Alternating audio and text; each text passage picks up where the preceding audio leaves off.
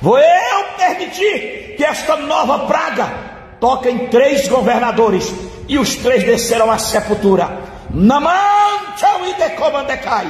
E digo para Darrasto e decomandecanta. Vou eu fazer a limpeza em algumas cidades, no meio dos prefeitos, de vereadores que estão lutando contra o meu reino, contra a minha casa. E fiquei muito triste. Na hora só pensei nos milhares de brasileiros que estão passando nessa situação. Foi muito complicado a cena, muito complicado. Vocês viram as imagens do seu Francisco Canindé e agora vocês vão conhecer ele. Ele está aqui do meu lado. Seu Francisco, quanta dificuldade, né? Eu, como cliente, viu? Agora como cliente, você já está aqui há 35 anos. Aí você coloca o microfone um pouquinho mais perto. Há 35 anos trabalhando. Eu não estou pedindo nada, eu queria trabalhar. Porque a gente chega para trabalhar, chega uma ruma de polícia, que eu sou um cidadão, uma ruma de STTU, da Censul, dizendo que eu tenho que tirar meu carro e eles vão levar. O patrimônio que eu tenho é uma pipoqueira. Eles querem tomar minha pipoqueira? O senhor trabalha há cerca de 35 anos. 35 anos nessa né? calçada. É a única fonte de renda. Ele, no momento de desespero, se ajoelhou ao lado do seu carrinho. Lá do meu carro. O que o senhor pensava naquele momento? Rapaz, eu pensava o seguinte, eu chegar em casa e não ter o pão para dar aos meus filhos. E vendo os guardas dizendo, a Censul dizendo, mas eu tomo o seu carro. Eu tomo o seu carro amanhã, eu levo ele. Eu digo, meu irmão, eu fiquei sentido, porque... Pô, tomar o que eu trabalhei tanto para comprar e hoje estou sendo humilhado. Qual é a mensagem que fica para mim e que fica para você? Uma total inversão de valores. Por quê? Porque um cidadão como este aqui, em momento de desespero, ajoelhado ao lado do seu carrinho, clamando, pedindo apenas para trabalhar, ganhar o seu pão de cada dia. E você que está em casa agora, está vendo essa reportagem, está, claro, se sensibilizando neste momento de tanta dificuldade. Você vai poder ajudar. Na verdade, quem devia fazer isso era o poder da caneta, mas olha, tô nem aí pra ninguém. Nas eleições vocês deram o troco. Voltamos já já!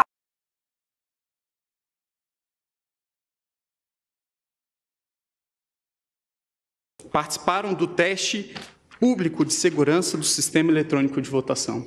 Teste esse que foi composto, talvez, pelos maiores nomes da computação do Brasil. E o resultado foi que esses profissionais conseguiram, sim, encontrar diversos vícios, diversas falhas no sistema eletrônico de votação. A título de exemplo, conseguiram esses profissionais fazerem ataques ao sistema de inicialização da urna. Conseguiram gerar um boletim de urna falso. Conseguiram também obter a chave criptográfica da urna. Conseguiram ainda, e o que é mais grave, recuperar a ordem do RDV, que é o Registro Digital do Voto, e é o que garante o sigilo do voto. E, portanto, conseguiram identificar qual era o primeiro, o segundo, o terceiro voto de cada um dos eleitores. Senhor presidente, o senhor me permite? Eminente advogado, eu queria perguntar a Vossa Excelência se esse é um teste oficial, foi divulgado, sim, quando foi feito, como foi feito. Os testes foram feitos. E a participação, se possível, agregando a Vossa Excelência, do próprio Tribunal Superior Eleitoral, que faz esses chamamentos públicos diuturnamente. Os testes... Porque essa, senhor presidente, é uma imputação muito séria. Da maior gravidade. Da maior gravidade. Séria, e precisa verificar a verossimilhança disso. Eu estou impedido, senhor presidente, que eu formulei um pedido nas informações, mas eu queria apenas esclarecer que há menos de um mês foi realizado o último teste. Isso, todos os processos eleitorais são feitos. E eu queria saber se foi nesse teste que... Teste de 2017 e de 2016. Sim. Agora, principalmente foi encontrado pelo... tribuna é um dever do advogado. Pelo grupo G4, que é o grupo do advogado Peixinho, do perito Peixinho, pelo grupo também do professor Diego Aranha, da Unicamp, e também pelo grupo do professor Dourado Rezende. Ok? Se o relatório do TSE... Para deixar isso claro, o TSE, com licença do advogado, o TSE a rigor, sempre fez esses testes. Todos os chamamentos são feitos. E isso está, inclusive, nos atos normativos que balizam toda essa questão. E houve, de fato, e o tribunal sempre chamou, na verdade, chama os melhores hackers, os melhores peritos, para fazerem esse teste em nome da segurança do sistema. E depois faz o reteste, de modo que isto, neste caso, inclusive, o tribunal reconheceu o trabalho do professor Diego Aranha, que conseguiu progresso, mostrou falhas e depois houve a reprogramação. De modo que isto é absolutamente normal e só mostra a seriedade com que o TSE tem se havido nesse tipo de matéria. É absolutamente rotineiro isso que se faz. Mas só para efeito de... Zé, é que essa é uma afirmação que está sendo feita da tribuna, é muito séria. O questionamento do ministro Lewandowski, exatamente porque talvez as pessoas não saibam que estes testes são feitos a cada período, publicamente, com chamamento público e dado à pública, inclusive, todas as informações relativas, mas Vossa Excelência continue e eu darei o interregno do questionamento. Obrigado, e apenas em resposta ao questionamento, o relatório a que me refiro é o relatório mencionado pelo ministro Gilmar Mendes e que está disponível no site do TSE. A minha indagação. O último reteste feito é de 2018, esses 2017. dados? 2017. 2016, 2009, 10, 16 e 17. Os técnicos responsáveis pela elaboração do sistema, que o RDV seria o registro digital do voto, seria um mecanismo para se apurar, se embaralhar os votos e se apurar a quantidade de votos. É bem verdade, mas esse sistema, o RDV, apenas permite apurar se foi adicionado ou excluído algum voto, e não se o voto foi registrado devidamente como o eleitor confirmou no momento que apertou o botão. O boletim de urna, do mesmo modo, ele permite sim uma auditoria, mas ele permite a auditoria da conferência conquistada escrito no boletim de urna com os resultados que foram apresentados no site do Tribunal Superior Eleitoral. Mas ele não permite, novamente, se verificar se o voto foi registrado de maneira adequada. Então, o professor, não vou ler por conta dos 8 minutos que me foram limitados, qual é o posicionamento do professor. E indica ainda o professor Diego Aranha, que existe ainda a possibilidade de fraude interna. Obviamente, os peritos criminais não estão aqui a dizer que existe algum tipo de fraudador dentro do TSE, nunca diremos isso e acreditamos que todos que estão lá são corretos. Mas o que está a se dizer aqui é que a democracia de um país não pode estar sujeita ao controle de alguns poucos técnicos que têm acesso ao código-fonte e também às chaves criptográficas. É necessário haver um controle do controlador. Garantir a auditoria ao próprio sistema eletrônico que se pretende ver se está sendo fraudado ou não, é garantir ao fraudador fraudar a própria auditoria. Então, a impressão do voto, ele permitirá que, em eventual situação de dúvida a respeito da rigidez do processo de escrutínio, possa haver efetivamente uma auditoria.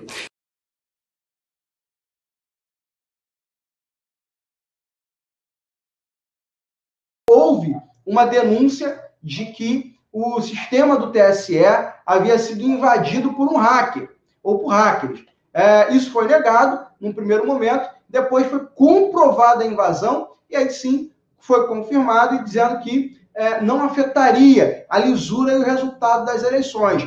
Fato é que quando começou a apuração da eleição, nós tivemos aí um atraso, uma interrupção dessa apuração, e quando voltou, interrompeu lá por volta de 30%, e quando voltou, já estávamos aí com 95% de urnas apuradas, eleição praticamente decidida, depois voltou com 99,99% e fim. Bom, isso coloca uma pulga atrás da orelha do cidadão.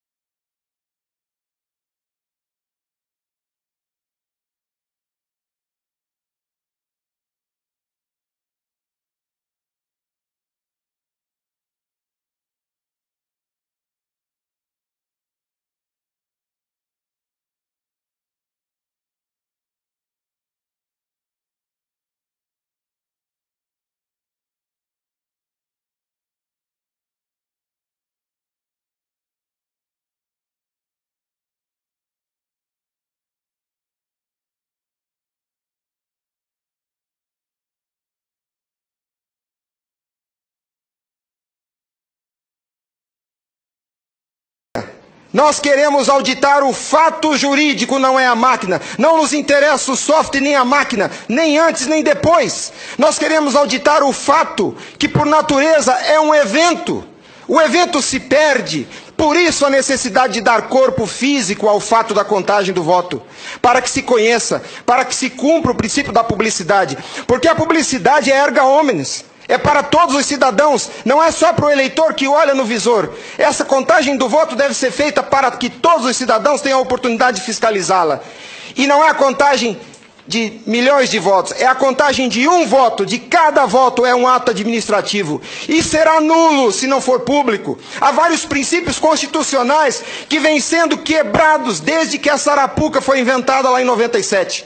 A cidadania, a publicidade, a moralidade, a legalidade e a própria república. Porque nós, cidadãos, não temos sido respeitados na nossa escolha. Nossa escolha só será respeitada se ela for retratada no corpo físico da impressão para cumprir o princípio da publicidade. O exercício do voto é secreto, mas a contagem deve ser pública. E qual que é a artimanha da urna? Ela estende o segredo do exercício até a última etapa. E o sagrado BU, eu vou usar uma expressão de alguém, eu não lembro quem é o proprietário dessa frase. A seita do santo baite tem no altar o BU. O BU não prova nada, excelência.